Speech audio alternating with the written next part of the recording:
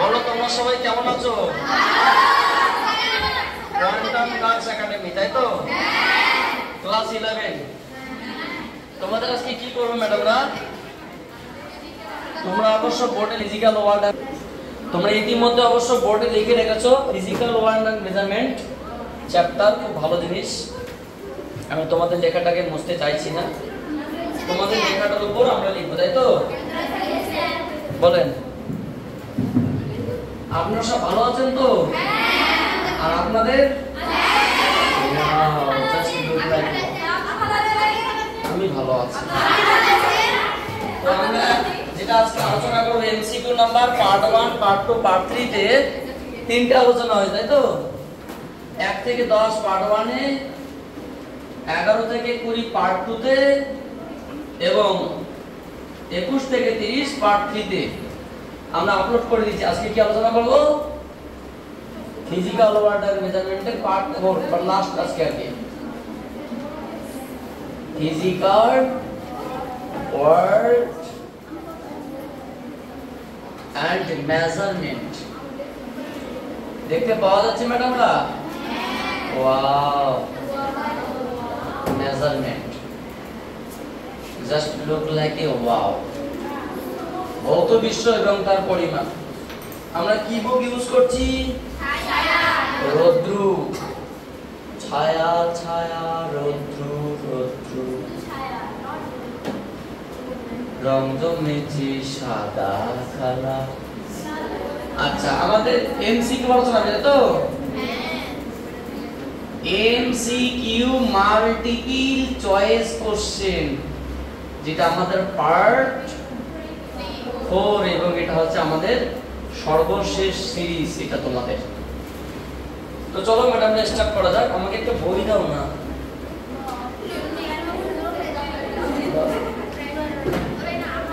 So চলো শুরু করা যাক। Question number 31। তো এটা কার নেই, সরি কত নাম্বার কোশ্চেন? 31। দেখো ইতিমধ্যে অনেকগুলো কোশ্চেন হালকা সলভ করে দেওয়া আছে, সেটা আমরা দেখবো না, আমরা যে কটা আছে সবটাই আলোচনা করব। কি বলেছে? সর্বজনীন মহাকর্ষীয় ধ্রুবক জি এর মাত্রা চেয়েছে। সর্বজনীন মহাকর্ষীয় ধ্রুবক জি এর কি করব বলুন তো ম্যাডামরা? আমরা জানি 31 এটা একটা বস্তু যার ভর m1, এখানে একটা বস্তু যার ভর m2 এবং এটা পরস্পর r দূরত্বে হয়েছে according to Newton's gravitation law. Sir Isaac Newton বলছেন দুটি বস্তু যাদের ভর থাকবে, যাদের একটা দূরত্বে থাকবে, তাদের মধ্যে একটা বল সৃষ্টি হবে। সেটা কি? বস্তু দুটির ভরের গুণফলের সমানুপাতিক এবং দূরত্বের বর্গের ব্যস্তানুপাতিক। If two objects whose masses m1 m2 and both are separated by distance r, then these two objects create a attractive force. Always attractive force here, repulsive force not present. This force of attraction is directly proportional to the production of these two masses and inverse square distance between the separation. So according to compound variation property, we can write A proportional to m1 m2 upon r square. So if we remove the proportional sign, then we can write G m1 m2 upon, where G is equals to f r square upon m1 m2, and G are called the universal gravitational constant. Why sir? It's called universal gravitational constant because the value of G are always same for real state to imaginary state. মানে জি কে সর্বজনীন মহাকর্ষীয় ধ্রুবক বলা হয়, কারণ পৃথিবীতে পার্থিব বস্তু থেকে শুরু করে মহাকর্ষে গ্রহ নক্ষত্র সর্বত্রই এর মান সমানভাবে প্রযোজ্য হয়। কিন্তু আমাদের কাছে ওগুলো চাইনি, আমাদের কাছে কি চেয়েছে? মাত্রা। বলুন তো ম্যাডামরা, বলের মাত্রা কি? মহলাটা -2 আর দূরত্বের মাত্রা l স্কয়ার। এটা কি ম ইনটু ম মানে ম, একটা ম কেটে দিলাম, তাহলে ম উল্টে গেলে মাইনাস ম, আর লট টু দি পাওয়ার 3 লট to the power -2। This is the answer of the question. কত নম্বর আনসার ম্যাডামরা? B. for BM physics. B for BM physics is the correct answer. Okay, question number 32. কত নাম্বার ম্যাডাম না 32 আমরা দুটো দুটো করে লিখব তারপরে তোমাদের লেখার সময় দেব টেনশনের কোনো কারণ নেই দেখা যাচ্ছে কি লেখাগুলো বাহ সুন্দর clear and so nice look like a wow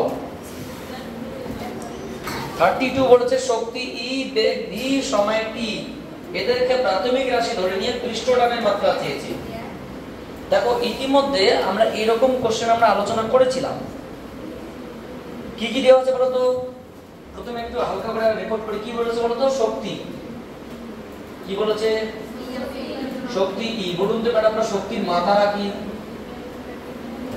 m l square to the power minus আর কি দিয়েছে বেগ d d এর মাত্রা আমরা কি জানি m t মাইনাস 1 আর কি দিয়েছে সময় সময় t এবং এর মাত্রা আমরা জানি এবং পৃষ্ঠটান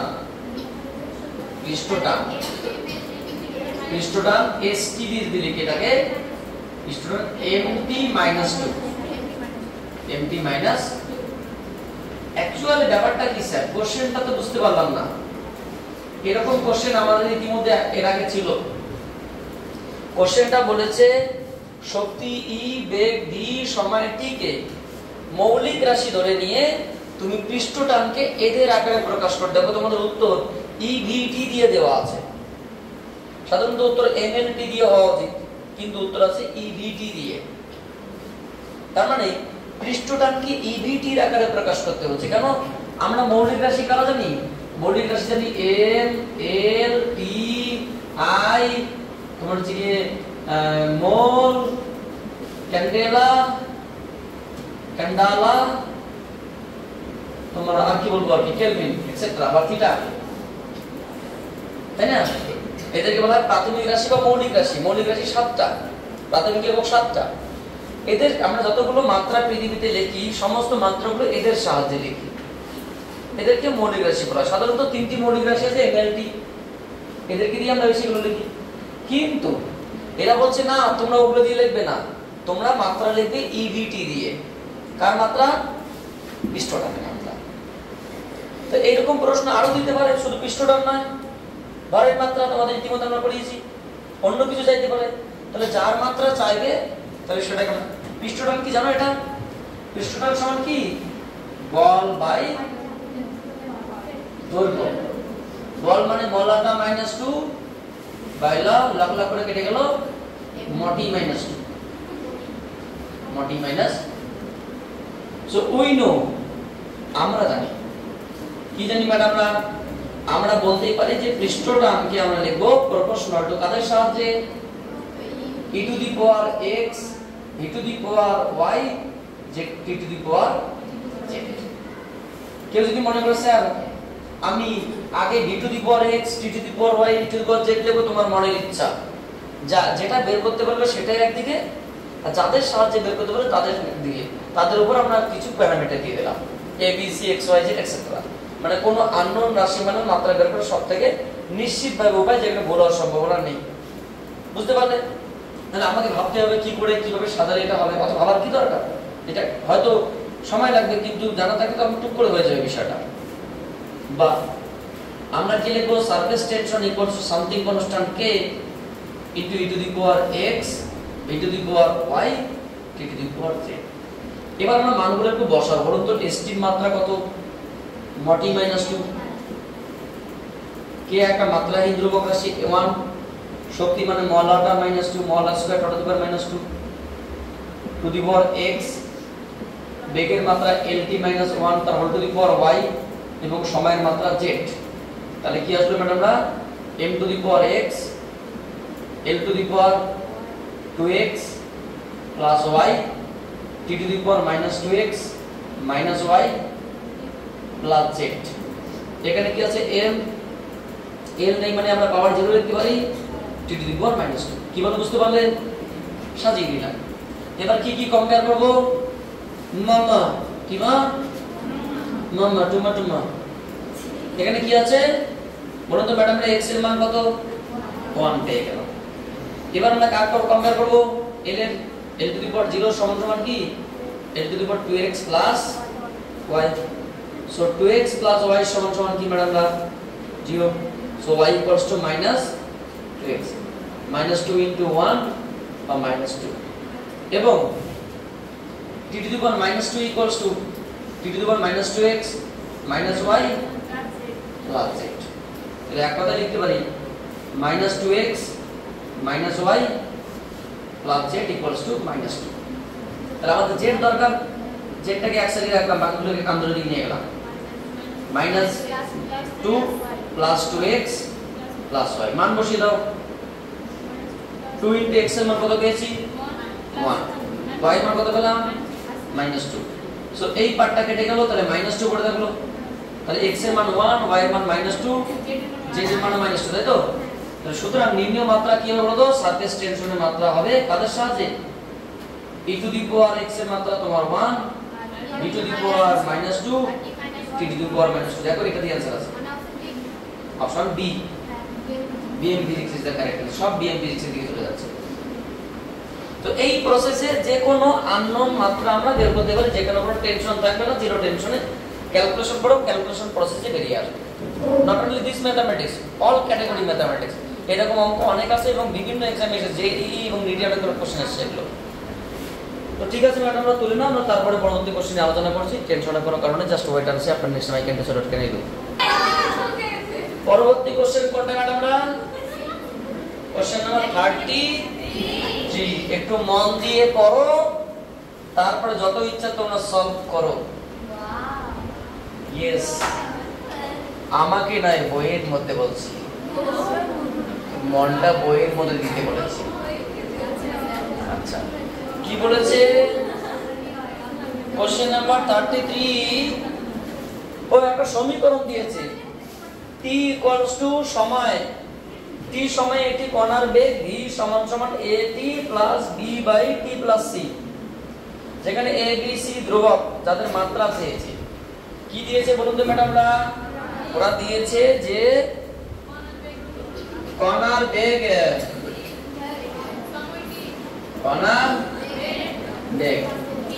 v = কি বলুন তো ম্যাডামরা at + b / t + c দেওয়া আছে যেখানে বলুন তো v টা কি বেগ মানে লটা -1 t টা কি তার মাত্রা কি t তাহলে পুরো a b c এর মাত্রা চেয়েছে according to equidimensional property সমমাত্রিক নীতি অনুসারে বলুন তো ম্যাডাম আমরা কি লিখতে পারি বেগের মাত্রাও যা এটি এর মাত্রাও তা বাহ তোমরা যে সাপোর্ট করছো না খুব ভালো লাগছে মনটা খুশি হয়ে যাচ্ছে বলুন তো v এর মাত্রা কি lt - 1/t মানে lt -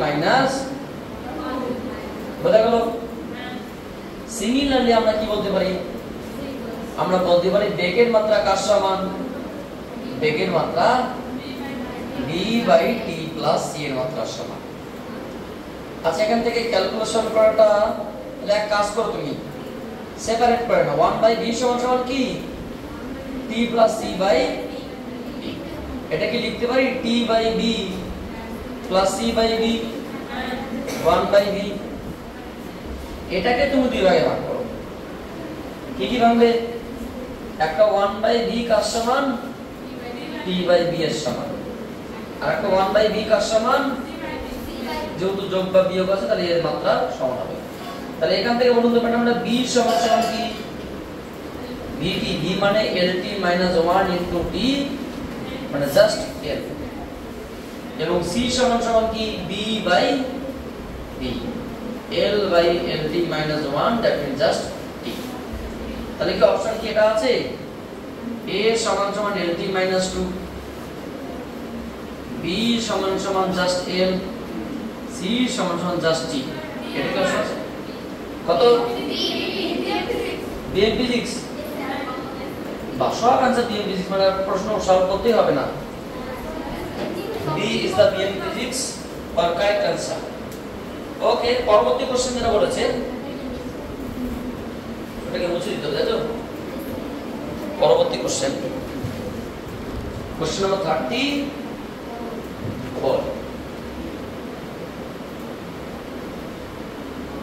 একটু পড়ো কি বলছে দেখো। এখানে বলেছে যদি x at + bt² হয়, যেখানে x মিটার t ঘন্টা প্রকাশ করা হয়, তবে b এর একক কি হবে? কোশ্চেন নাম্বার 34 এ ওরা বলে দিয়েছে যে কণার সরণ কি বলুন তো ম্যাডামরা? x at + bt², যেখানে x টা কি ম্যাডামরা? মিটার, এবং t টা কি? ঘন্টায় ঘন্টা, মেনুকা মাথায় দিলে ঘন্টা। সো আমরা সমমাত্রার বিধি থেকে কি বলতে পারি বলুন তো ম্যাডামরা? x এর মাত্রাও যা, bt² মাত্রাও তা। অ্যাকর্ডিং টু ডাইমেনশন প্রপার্টি লিখলাম না। বা b সমান কি? x/t, তার মানে কি? মিটার পার ঘন্টার বর্গ, ঘন্টা তার বর্গ। তাহলে উত্তর কি আছে? এটা m/h²। m/h, option number D for dog is the correct answer. ঠিক আছে, বলে নাও। আমরা তারপরে আবার পরবর্তী কোশ্চেন নিয়ে আসি। টেনশনের কোনো কারণে দ্রুত করে আমরা করব। লিখে নাও। কত নম্বর কোশ্চেন ম্যাডামরা? Question number 35। পড়ো একটু 35 নম্বর কোশ্চেনটা পড়ো, মন দিয়ে পড়ো, তারপরে যত ইচ্ছা সলভ করো। ওয়াও, তুমি তো সব শিখে গেছো।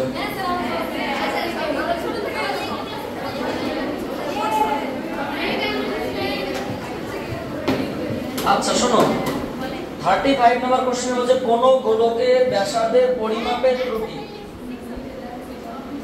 তো সবারই হয়ে গেছে, কোনো সমস্যা নেই। কোন গোলকের ব্যাসার্ধ পরিমাপের ত্রুটি 2%।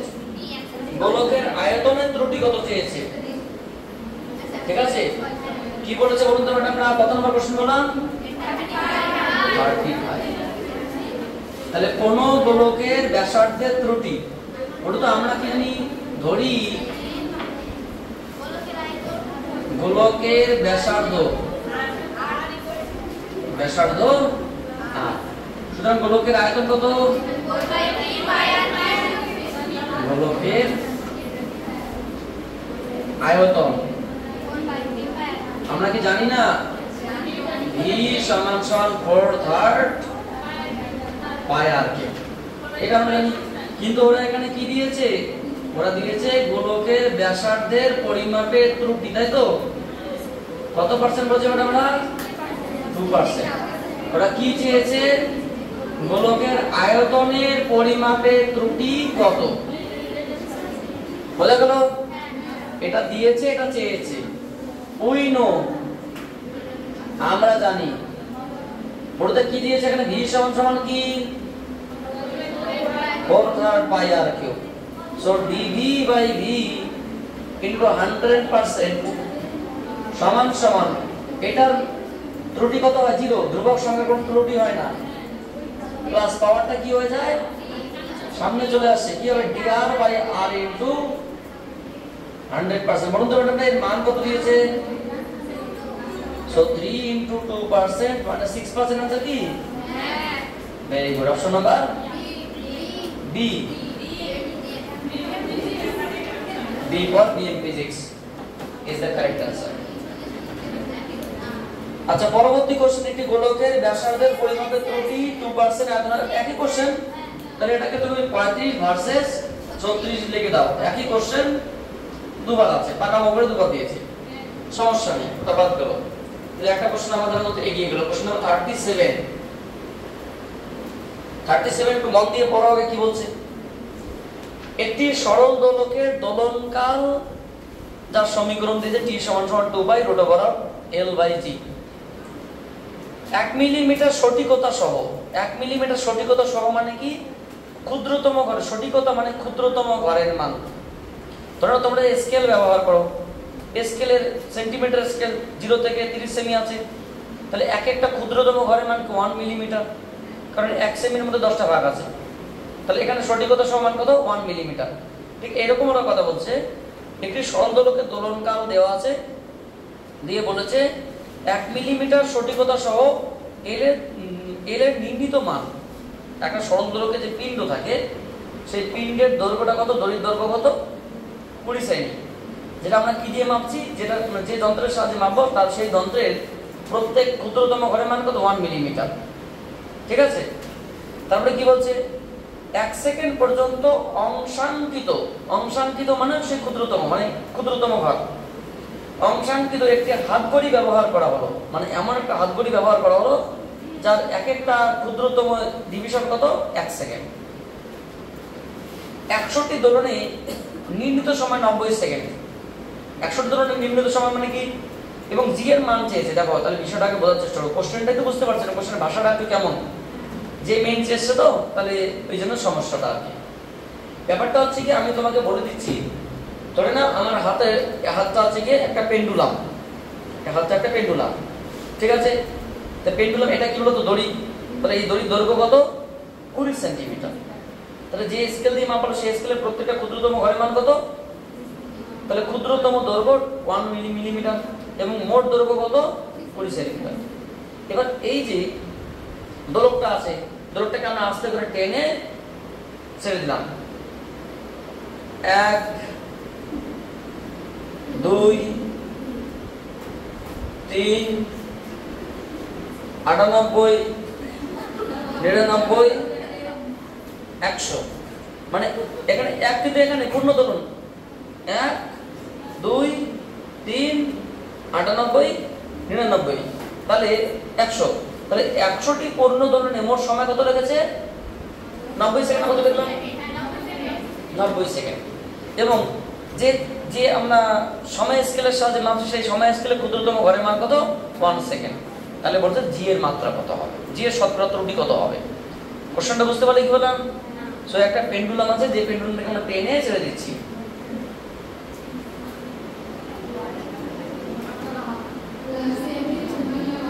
এটা বোঝা গেল। তাহলে এই পেন্ডুলামের ক্ষেত্রে আমরা যদি দেখি যে এখানে একটা আমরা সাপোর্ট নিলাম, আচ্ছা তার আগে একটা দেখি, ঠিক আছে একটা সাপোর্ট নিলাম, বলুন তো আমরা সাপোর্ট হচ্ছে এখানে কি ঝোলানো আছে, একটা এই পেন্ডুলামটা কোন পথে চলবে, এটা এই পথটার নাম সরল দোলক পথ। কোন একটা পেন্ডুলাম যে পথে চলে তার নাম সরল দোলক বা সিম্পল হারমোনিয়াক মোশন বা সিম্পল মোশন। তাহলে এই পথে এখান থেকে যাত্রা শুরু করে এখানে গিয়ে আবার এখানে আসছে একটা পূর্ণ দোলন, 100টার সময় কত লাগে, তাহলে বলো তো কি দিয়েছে, ওরা এখানে দিয়েছে এর মোট দৈর্ঘ্য কত, মোট দৈর্ঘ্য তারটার দৈর্ঘ্য হচ্ছে তোমার 20 সেন্টিমিটার। এর ক্ষুদ্রতম যে স্কেল দিয়ে মাপা হবে সেই ক্ষুদ্রতম দৈর্ঘ্য কত স্কেলের 1 মিলিমিটার, 1 মিলিমিটার মানে কত 0.1 সেন্টিমিটার। এবার এই যে মাপছি কোন একটা ঘড়ির সাহায্যে, সেই ঘড়িতে মোট কত সময় লেগেছে, যখন n এর মান 100টা, 100 টার্নস বলতে পাক সংখ্যা, 100 পাক যখন ঘুরছে তখন সময় কত লাগলো মোট 90 সেকেন্ড। এবং যে ঘড়ির সাহায্যে মাপা হচ্ছে সেই ঘড়ির ক্ষুদ্রতম সময় মান কত 1 সেকেন্ড। বুঝতে পারলে কি বললাম।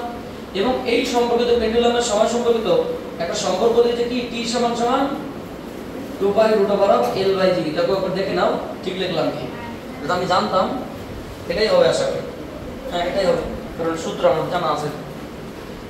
সো যেহেতু g টার মাত্রা চেয়েছে, মানে শতকরা ত্রুটি চেয়েছে, তাহলে এক কাজ করি উভয় দিকে বর্গ করে t square 4 pi square l by g।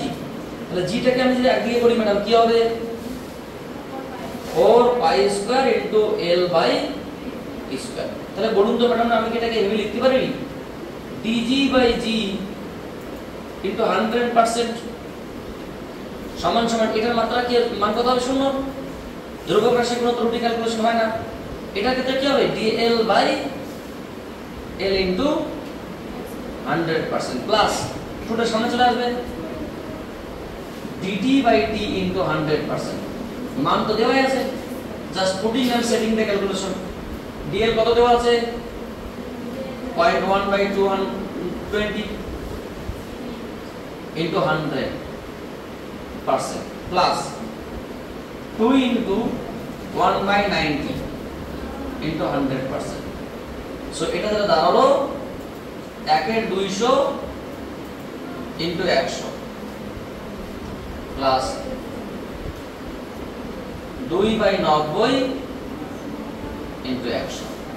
শূন্য শূন্য কাটলো, দুটো শূন্য কাটলো, তাহলে হাফ, যেটা এখান থেকে আসলে লিখতে পারি আমরা এখান থেকে। So dg by g into 100% এর মান দাঁড়ালো 1 by 2% plus 20 by 9%, 20 by 9, 1 by 2 মানে 0.5% plus 20 by 9 মানে 9 দশমিক 18, আবার 2 মানে 2.22, মানে আবার 2.72%। ঠিক আছে, 2.72% ডি, এটা आंसर হবে। উত্তর কি দিয়েছে ম্যাডামরা?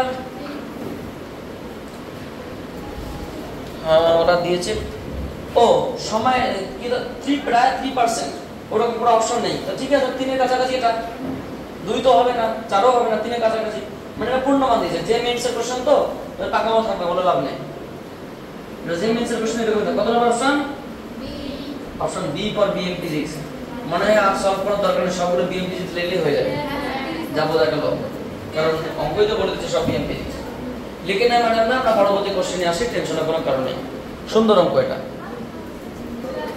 কত নম্বর কোশ্চেন হবে তাহলে? Question number 38।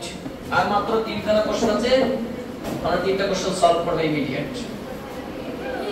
একটু 38 নম্বর কোশ্চেনটা পড়ো ম্যাডাম না, পড়ো কি বলছে দেখো। আচ্ছা, খুব ভালো প্রশ্ন এটা। একজন ছাত্র, বিষয়টা আগে বুঝতে হবে, একজন ছাত্র একটি সরল দোলকের, মানে এটা ত্রুটি, এটাকে ফিক্স করে দাও, শব্দ হচ্ছে এটাকে ফিক্স করে দাও। একজন ছাত্র তোমার হচ্ছে কি, আচ্ছা ত্রুটি ক্যালকুলেশনের এটা একটা বেসিক জায়গা, বলতে গেলে এটা কোনো অঙ্ক নয়, এটা একটা থিওরি। মানে তুমি থিওরি জানো কিনা তার উপর বেস করে আছে কি তোমার যে মেইনস 2016 দিয়েছে কোশ্চেন, এটা কিন্তু একটা থিওরি। কি প্রশ্ন দিয়েছে? একজন ছাত্র, ধরো না আমি একজন ছাত্র, আচ্ছা ঠিক আছে, আমি একজন ছাত্র। ছাত্র একটি সরল দোলকের 100টি পূর্ণ দোলনের প্রয়োজনীয় সময় 4 বার পরিমাপ করেছে। একবার পেয়েছে 90 সেকেন্ড, 91 সেকেন্ড, 95 সেকেন্ড এবং 92 সেকেন্ড।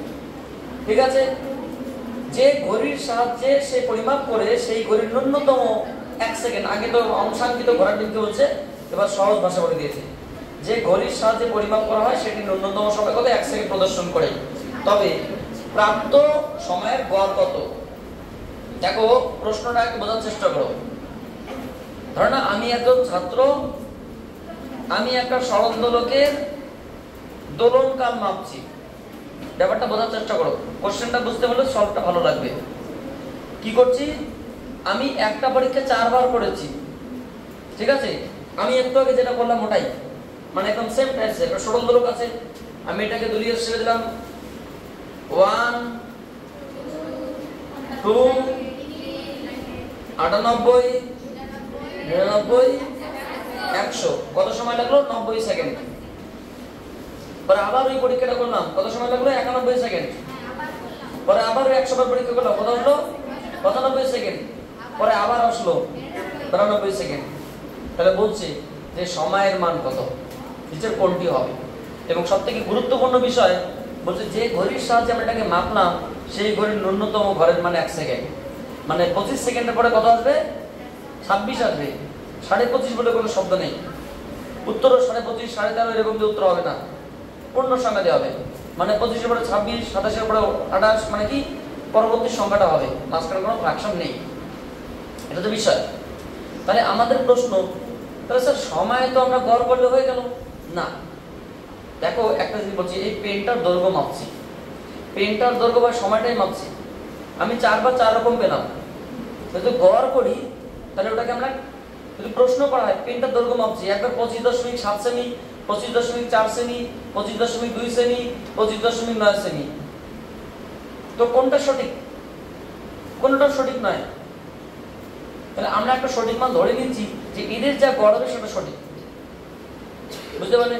তাহলে 90 সেকেন্ড, 91 সেকেন্ড, 95 সেকেন্ড এবং 92 সেকেন্ডের যা গড় হবে সেটা কি সময়ের সঠিক মান। এবার প্রশ্ন, তাহলে প্রথমবার মাপতে গিয়ে কতটা ভুল করেছে? সময়ের সঠিক মান যদি একটা কিছু হয় তার সাপেক্ষে একটা ভুল আছে, দ্বিতীয়বার কতটা ভুল করেছে, তৃতীয়বার কতটা ভুল করেছে, মানে সঠিক তো একটা কিছু পাবো। ধরে নাও 25.2, 25.4, 25.6, 25.8। আমরা উত্তর পেলাম কত? প্রকৃত মান 25.4। তাহলে 25.2 একটু কম, 25.6 একটু বেশি, তাহলে কি ওই কম বা বেশিটা ত্রুটি? বুঝতে পারলে কি বললাম? আর ত্রুটির মান কখনো ঋণাত্মক হয় না, সেটা আমরা আগেই বলেছি। ত্রুটি সবসময় ধনাত্মক হয় না, নেগেটিভ দিকে হোক আর পজিটিভ দিকে হোক ত্রুটি ত্রুটি। এখানে বিষয়টা হচ্ছে কি সঠিক মান আমরা গড়টা নেব এবং গড়ের সাপেক্ষে ওটাকে সঠিক ধরে আমরা ত্রুটির মানগুলো দেখবো, ত্রুটির আবার গড় বের করবো। তাহলে সঠিক মান মানে যে সংখ্যাগুলো পেয়েছি তাদের অবজারভেবল সঠিক মান গড়, আর যে ত্রুটিগুলো পাবো তাদের গড়, তাদের যে যোগ বিয়োগ ওই মানটাই তোমাদের মান। এটা মানে আমি তোমাকে একটু হালকা করে বলে দিচ্ছি। কত নম্বর কোশ্চেন? 38। এই পরীক্ষায় প্রথমবার, আচ্ছা প্রথম 100 বার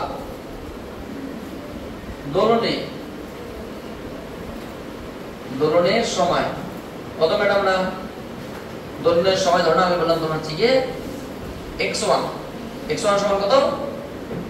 90 সেকেন্ড, তাই তো? দ্বিতীয় 100 বার দোলনের সময় কত? x2 সমান 91 সেকেন্ড। তৃতীয় 100 বার দোলনের প্রয়োজনীয় সময় 95 সেকেন্ড। এবং চতুর্থ 4টে স্টেপ, চতুর্থ 100 বার দোলনে প্রয়োজনীয় সময় x4 = 92 সেকেন্ড। সুতরাং এদের গড় সময় কত? সুতরাং গড় প্রকৃত সময় কি ম্যাডাম? না সেটাকে আমরা x বার বলি। x বারটা কি হবে? x1 + x2 + x3 + x4 / 4 মানে 90, 91, 95, 92/4। প্রত্যেকে 90 আছে মানে 90 তো হবেই। তাহলে 0 আর 1 এ 2 1 আর 5 এ 6, 6 আর 2 8, 8 কে 4 দিয়ে ভাগ করলে 2 মানে 92 সেকেন্ড হবে। এটা উত্তর নয়। আমরা কোনটা সঠিক? কেউ বলে আমি এটা, কেউ বলে এটা, ঝামেলা শুরু করলো। তাহলে গড় মানটা সঠিক। তাহলে আমরা ধরে নিলাম যে এই পরীক্ষার মধ্যে এটাকে আমরা সঠিক মান বলে বিবেচনা করলাম। তাই যদি হয় তাহলে প্রথমবার হিসাবে কতটা ভুল আসলো? তাহলে কি বলবো? সুতরাং প্রথম 100 বার পরীক্ষায়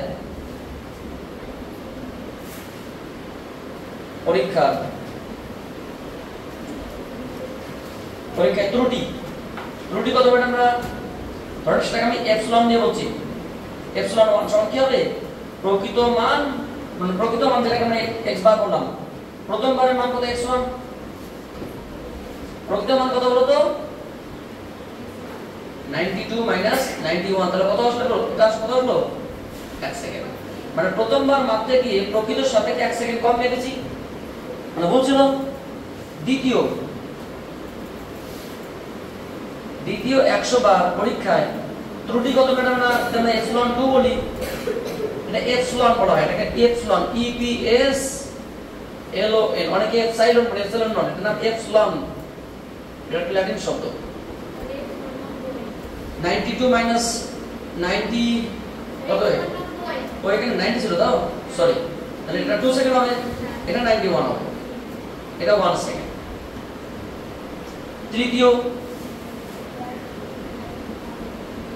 100 বার পরীক্ষায় ত্রুটি কত? ত্রুটি তো হচ্ছে কি 92 - 95। তাহলে কত আসলো? এখানে মাইনাস হবে না, অ্যাবসলিউট শুধু মানটা দেব, সবসময় মানটা 3 সেকেন্ড, সে নেগেটিভ দিক হোক আর পজিটিভ দিক হোক। চতুর্থ চতুর্থ 100 বারের পরীক্ষায় ত্রুটি কত আসলো? 92 মাইনাস 92 মানে কি 0, মানে চতুর্থবার কোনো ভুল হয়নি বলতে গেলে। তাহলে এবার প্রশ্ন, তুমি এদের সঠিক মান কোনটাকে মানছো? 92 কে। তাহলে ভুলের সঠিক মান কোনটা? ভুলের কোনটাকে সঠিক হবে? এদের কর।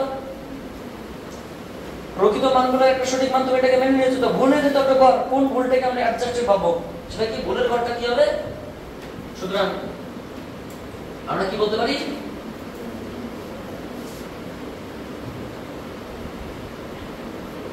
সুতরাং ত্রুটির গড় যদি আমরা ডেল্টা x বার দিয়ে দেই, সুতরাং ত্রুটির গড় মান এটাকে আমরা কি দিয়ে প্রকাশ করব? ডেল্টা x বার। সেটা কি প্রকাশ করব? প্রথমে আমরা এপসিলন নিলাম, এপসিলন 1, এপসিলন 2, এপসিলন 3, এপসিলন 4/4। মনে করলে আমরা লিখতে পারতাম এটা x বার প্লাস -1 প্লাস এটা প্লাস এটা, মানে x বার যেটা লিখতে পারতাম লিখলাম। লিখে বলতে পারলাম আমরা এটা মান কত? 2, তাই তো? 2 প্লাস 1 প্লাস 3 প্লাস 0/4। তাহলে কত আসলো? 6/4। 6/4 মানে কত? 3/2। 3/2 মানে কত? 1.5। তাহলে সুতরাং এত সেকেন্ড। সুতরাং নির্ণেয় সময় যেটা মানটা হবে, সময়ের মান, নির্ণেয় সময় কি দিয়ে লিখতে হবে বলতে পারলাম আমরা? x বার প্লাস মাইনাস ডেল্টা x। দেখো কোনো অঙ্ক এখানে দেওয়া থাকে মানগুলো। সো x বারটা কোনটা? প্রকৃত মান কোনটা? 92 প্লাস মাইনাস এটা কত? 1.5 সেকেন্ড। কিন্তু একটা কথা মাথায় রাখতে হবে, এখানে সেকেন্ড কিন্তু দশমিকে হবে না। হয় মান তোমার হচ্ছে 92 প্লাস মাইনাস 1 হবে, নতুবা 92 প্লাস মাইনাস 2 হবে। তো দেখো অপশনে কি দেওয়া আছে, দুটো থাকবে না একটা থাকবে। বলুন বুঝতে পারলে? দেখো 92 প্লাস মাইনাস 2 আছে, 1 থাকবে এরকমটা থাকবে না, একটাই থাকবে। কারণ ওটা বলে দিয়েছে ক্ষুদ্রতম ঘরের মান এটা হয় না। উত্তর কত হবে? 92 plus minus 2 second. This is the answer of the question. যে মিনসের কোশ্চেন একটু আলাদা হবে, ঘরের কোশ্চেন তো নয়। কত নম্বর অপশন ওটা না? A for Apple is the correct answer. তো তোমরা তুলে নাও, আমরা পরবর্তী কোশ্চেনে মানে পরবর্তীতে আমরা বাকিটুকু কনসেপ্ট আমরা একসঙ্গে আলোচনা করছি। দুটো অঙ্ক আছে, দুটো অঙ্ক একসঙ্গে আলোচনা করব। এটাকে তুলে নাও। পরের কোশ্চেনটা পড়ুন ম্যাডামরা। কোশ্চেন নাম্বার 39 and 40 আমরা দুটি আলোচনা করব, 39 and 40।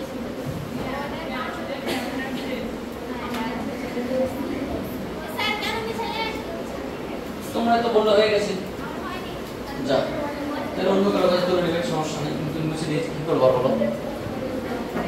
তো কোশ্চেন নাম্বার আগে 40টা করছি, তাই তো? চলো 39, কারণ 40টা নিয়মে হয়ে যাবে, কারণ 39টা অনেক কিছু আছে আর কি যেটা দেখলাম। কি বলেছে 39? একটি ভার্নিয়ার ক্যালিপার যার সাহায্যে 50 অংশাঙ্কন মানে মানে 50 ঘর অঙ্কিত আর কি, যেটাকে আমরা এমএসডি বলতাম। তোমার হচ্ছে কি মেইন স্কেল ডিভিশন বা ভার্নিয়ার স্কেল ডিভিশন আর কি। একটি ভার্নিয়ার ক্যালিপার যার 50টি ক্ষুদ্রতম স্কেলের মধ্যে 49টা মানে ক্ষুদ্রতম ঘরের কার সমান? মূল স্কেলের। মানে ওরা বলতে চাইছে একটি ভার্নিয়ার ক্যালিপার যার 50 অংশাঙ্কন মূল স্কেলের 49 অংশাঙ্কনের সমান। বাংলা কথায় ভার্নিয়ার স্কেলের 50 ঘর মূল স্কেলের 49 ঘরের সমান। এত পাকামো করার কোনো মানে ছিল না, ডাইরেক্ট বললে হতো ভার্নিয়ার স্কেলের 50 ঘর মেইন স্কেলের 49 ঘরের সমান। তাহলে একটি ছাত্র একটি পটাতনের বেদ মাপে, পটাতনের মধ্যে একটা শীট থাকলো, ধরো তোমাদের বইয়ের একটা পৃষ্ঠা মাপবে, একটা বই, এই যে বইটার বেদ মাপবো, ধরো মাপবে। দেখা গেল ভার্নিয়ারের শূন্য দাগটি মূল স্কেলের 7.00 এবং 7.05 সেমি দাগের মাঝে আছে। তবে ভার্নিয়ারের 23তম দাগটি সঠিকভাবে যদি মূল স্কেলের পরিসরে মিলে যায় তবে পটাতনের বেদ কত হবে? দেখো এখানে আমাদের কয়েকটা পয়েন্ট আগে জানতে হবে, যদি স্কেল সম্পর্কিত আমাদের জ্ঞান খুব কম আছে। হ্যাঁ, তো যদি আমাদের স্কেল সম্পর্কিত জ্ঞান খুব কম আছে, কার হয়েছে এটা কোনো সমস্যা নেই। সো ব্যাপারটা কি ধরো, ব্যাপারটা হচ্ছে কি একটু বোঝার চেষ্টা করো। ধর না আমি বললাম এটা একটা স্কেল, ঠিক আছে ম্যাডাম না, একটু তোমাকে পিকচারাইজ করে বোঝানোর চেষ্টা করছি। এটা একটা স্কেল, কি স্কেল বলুন তো? না এটা একটা মেইন স্কেল, ওর উপর ভার্নিয়ার থাকবে, এটা একটা স্কেল, ঠিক আছে। এর উপর একটা ভার্নিয়ার চলবে, ভার্নিয়ার স্কেল চলবে আর কি, তোমাকে বোঝানো যাবে না, এটা ভার্নিয়ার স্কেল থাকবে। এবং ভার্নিয়ার স্কেলে একটা পদার্থ থাকবে এরকম,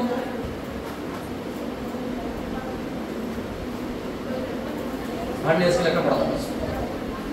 এবার কোন একটা বস্তু আমরা ধরো কোন একটা মানে বেদ বা কোন একটা বস্তু চোঙ আমরা এখানে দিয়েছি, ঠিক আছে, যাকে আমরা মাপবো। সে চোঙটার আমরা বেদ মাপবো বা দৈর্ঘ্য মাপবো, কিছু একটা মাপবো। ধরো যে চোঙটার দৈর্ঘ্য কত, চোঙটার দৈর্ঘ্য a, ঠিক আছে, চোঙটার দৈর্ঘ্য কত হবে a, সেটা আমরা কি মাপবো, এটা আমাদের উদ্দেশ্য। কিন্তু আমরা যে স্কেলটা মাপছি এটা মেইন স্কেল, মানে এখানে জিরো দাগ আছে, এখানে কি আছে ম্যাডাম? আমরা এখানে ভার্নিয়ার স্কেল, ভার্নিয়ার স্কেলে যে এটা ধরো তোমার 0 পয়েন্ট, ভার্নিয়ার স্কেল 0, আচ্ছা ভার্নিয়ার স্কেলে তোমার এখানে দেখো 0 0 0 1 2 3 4 49 50, ভালো করে বোঝার চেষ্টা করো। ভার্নিয়ার স্কেলে কটা আছে? মেইন স্কেল এখানে কি আছে বলো তো? এই শূন্য দাগটা এখানে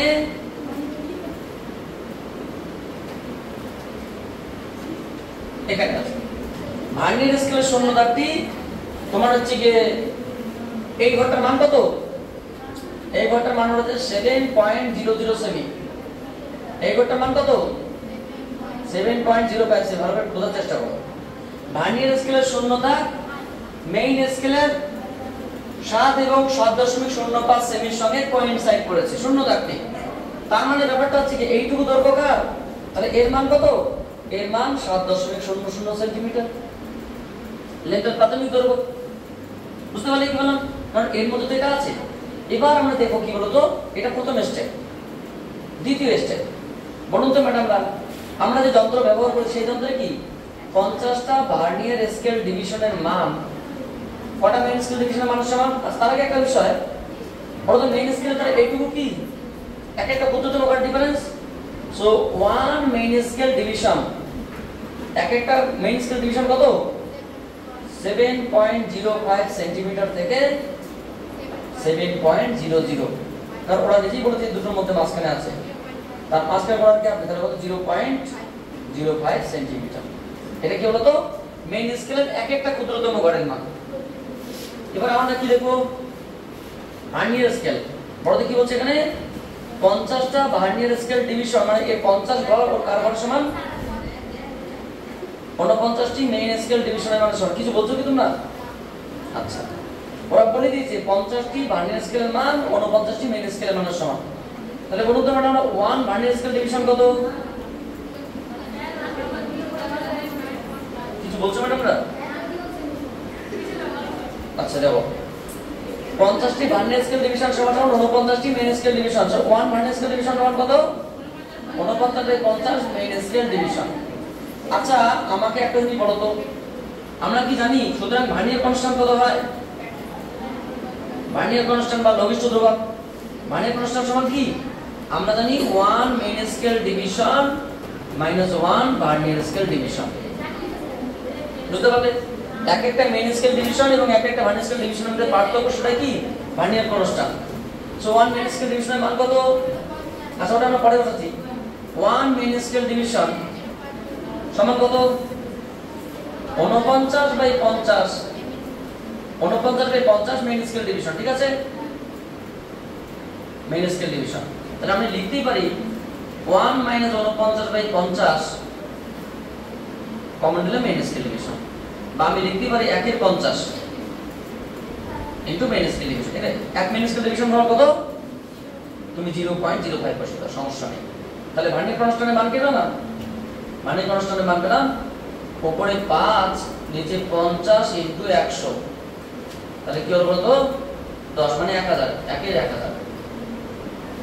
এত কি? এত সেন্টিমিটার। কেন? সবগুলো আমরা সেমিতে কনভার্ট করলাম, এত সেন্টিমিটার। বুঝতে পারলে? আমরা কি পেলাম তাহলে, কি কি বিষয় পেলাম? রডটার দৈর্ঘ্য পেলাম, এবং এখানে কটা ঘর মানে কটা এই কত নম্বর ঘর কোইনসাইড করছে? 23 নম্বর ঘর। এইটুকু দূরত্ব কত? b = 23। ওরা বলছে যে দুই স্কেলে যে রেকর্ডটা কোইনসাইড করেছে সেটা কত? ওরা বলছে b এর মানটা 23 এবং c এর মানটা কত? c বলতে আমরা কি বলছি এখানে? c বলতে ভার্নিয়ার কনস্ট্যান্ট সমান কত? 1/1000। তাহলে আমরা কি জানি যে কোনো বস্তুর দৈর্ঘ্য সমান কি? সুতরাং নির্ণয় পটাতনের বেগ। পটাতনের বেগ। বেগ সমান কি বলতো? যদি আমরা সেটাকে d বলি, d সমান কি হবে? f plus b into c। এটা কি মেইন স্কেলে জারি করেছে সেটা। বিটা কি তোমার কত নম্বর ঘরে কোইনসাইড করেছে, এক একটা ঘরের মান কত, ভার্নিয়ার কনস্ট্যান্ট হিসেবে এতটা। তাহলে কি আসলো বলো তো? কত 20 কত? এটা এর মান কত? 7.00। b এর মান কত? 23। c এর মান কত? 1000। তাহলে 7.00 মানে 0.023 নাকি? না কি বললাম? ঠিক আছে। সো 7.023 এত সেন্টিমিটার আছে। কত উত্তর আছে ম্যাডাম? না এটা আছে। ভেরি গুড, সুন্দর জিনিস। কত নম্বর option? C. C is the correct answer. So option number C. Last question আমাদের একটা আছে, আমরা পড়ে দিচ্ছি কি আছে, তারপরে আমরা তোমাদের ক্লাস থেকে আমরা বিদায় নেব।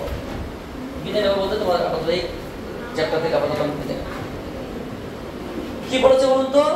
ওরা বলে দিয়েছে 6.0025। এই সংখ্যাতে কটি সার্থক অঙ্ক সংখ্যা আছে? মানে বাংলা কথা একটা তাৎপর্যপূর্ণ সংখ্যা কটা আছে? 5টা আছে। এটাই উত্তর। কত নম্বর option? C is the correct answer. এবার তাৎপর্যপূর্ণ সংখ্যা সম্পর্কে এক মিনিট একটু কথা বলি। প্রথম শর্ত কি? প্রথম শর্ত যে কোনো অশূন্য সংখ্যাই তাৎপর্যপূর্ণ। দ্বিতীয় শর্ত কি? যদি কোনো শূন্য বা শূন্য সমূহ এক বা একাধিক শূন্য দুটি তাৎপর্যপূর্ণ সংখ্যার মাঝখানে থাকে তারাও কি হবে? তাৎপর্যপূর্ণ। তৃতীয় শর্ত কি? সাধারণ সংখ্যার মধ্যে দশমিক যদি না থাকে কোনো সংখ্যার মধ্যে আগের পরের কোনো শূন্য তাৎপর্যপূর্ণ হয় না। চতুর্থ শর্ত কি? দশমিক বলা সংখ্যা শেষের শূন্যগুলো তাৎপর্যপূর্ণ হয়, সামনেরগুলো হয় না। পঞ্চম শর্ত কি? তোমার হচ্ছে কোনো সংখ্যার সঙ্গে 10 টু দি পাওয়ার কিছু যদি থাকে তাহলে সেটা তাৎপর্যপূর্ণ হবে না। ষষ্ঠ শর্ত কি?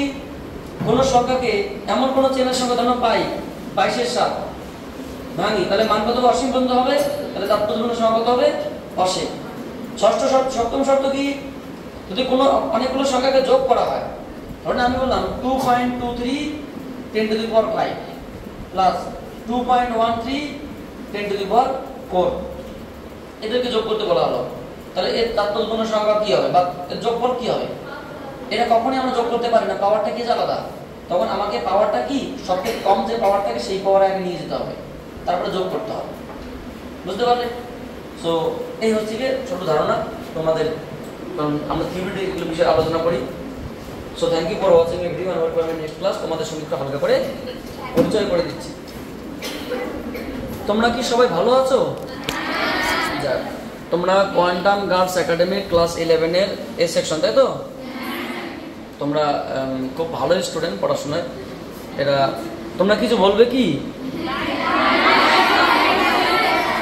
লাইক, কমেন্ট, সাবস্ক্রাইব, আর কিছু নয়? ও আর কিছু না থাকলে ভালো। তো তোমরা কি ক্লাস বুঝতে পারো? মনে হয় ক্লাস বুঝতে পারো না। ক্লাস বুঝতে পারলে তোমরা এরকম বলতে না। So thank you and wait for my